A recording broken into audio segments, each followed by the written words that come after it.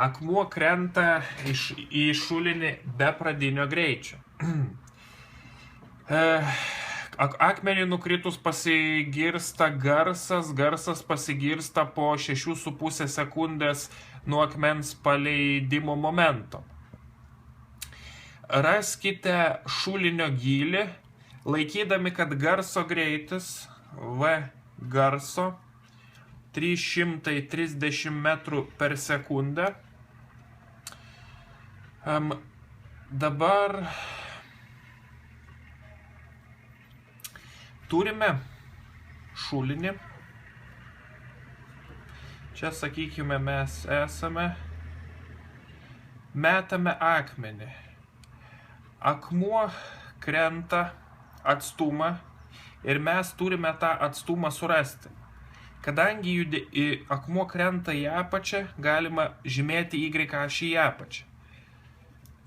Tai laikysime, kad judėjimas vyksta Y ašimi.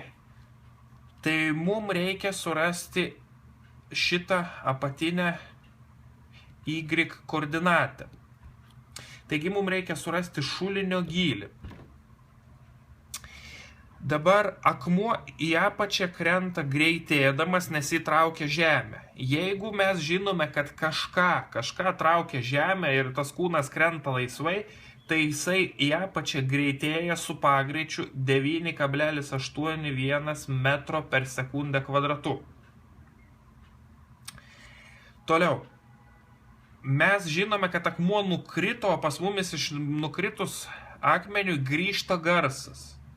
Taigi, vienu laiko tarpu krito akmuo, per kitą laiko tarpą grįžo garsas. Ir mes žinome, kad išmetus akmenį, jisai palietė žemę, grįžo pas mumis garsas, visa tai įvyko pasakyta uždavinyje per 6,5 sekundės. Tai galime sakyti taip, kad akmuo krito į apačią laiko periodą T1, tada atsimušė į žemę ir pas mumis per laiko periodą T2 grįžo garsas ir visa tai truko 6,5 sekundės. Dabar bandykime nagrinėti, kaip sakiau, visas mūsų laikas susideda iš dviejų laiko tarpų, kai akmuo krenta ir kai garsas grįžta pas mumis. Tai nagrinėkime akmens kritimą. O akmens nukritimo atstumas ir mums jį reikia rasti, tai yra tasai šulinio gylis. Mes žinome pačią bendriausią formulę, bet kokio kūno koordinatai rasti. Bet kokio kūno koordinatai rasti yra pradinė koordinatė plus greitis pradinis kart laikas plus pagreitis, pagreičio kvadratas dalintas iš 2. Čia yra labai svarbi formulė, kurią reikia egzaminui mokėti mintinai, tačiau mes judame ne X ašimi, o Y ašimi, tai tiesiog elementariai mes galime tą pačią lygtį perrašyti į Y ašį. Prasmės nuo to nepasikeis. Ką šitą formulę reiškia, kad mes galime, turėdami laiką, pagreitį ir visą kitą, bet kurio laiko momentu surasti kūno koordinatą. Čia yra pradinė koordinatė, čia yra pradinis greitis. Uždavinio sąlygoje iš vis nėra nieko pasakyta apie pradinę koordinatą, tai ją laikysime lygią 0. Toliau uždavinio sąlygoje pasakyta, akmuo paleistas be pradinio greičio, reiškia V0 irgi yra 0 pradinis greitis. Šitą formulę supaprastėja į Y lygų AT kvadratu iš 2. Dabar mes, ką mes žinom? Mes žinom bent jau tie, kad kūnas, sakėm, į apačią kris laiko tarpą T1. Mes jo nežinom. Žinom, kad šitas plus šitas laikas bus 6,5 sekundės. Tai užrašykime. Į T raidę įstatykime T1. Toliau mums reikia to kūno kritimo pagreičio. Mes žinome, kad jisai krenta laisvai, reiškia bus G, kuris yra 9,81 metro per sekundę. Tai mes su šitą formulę, galima sakyti, išnagrinėjome akmens kritimą. Toliau. nagrinėkime garso sklidimą. Vėlgi pritaikysime tą pačią formulę. Mes žinome, kad garsas turi sugrįžti lygiai tą patį y atstumą. Kaip akmuo būdamas čia nukrito iki čia y atstumą, kurio mes nežinome, arba iki y koordinatas, taip garsas turi irgi sugrįžti tą patį atstumą y. Tai jeigu mes dabar nagrinėjame garsą, vėlgi pasinaudojame bendrinę formulę, kurią labai siūlau mokėti mintinai egzaminui. Ir dabar vėlgi dažniausiai mes priimame pradinę koordinatę lygią nuliui. Pradinę koordinatę lygią nuliui. Toliau. Garso greitis. Garsas juda pradžioj buvo pasakyta pastoviu, štai tokiu greičiu 330 metrų per sekundę.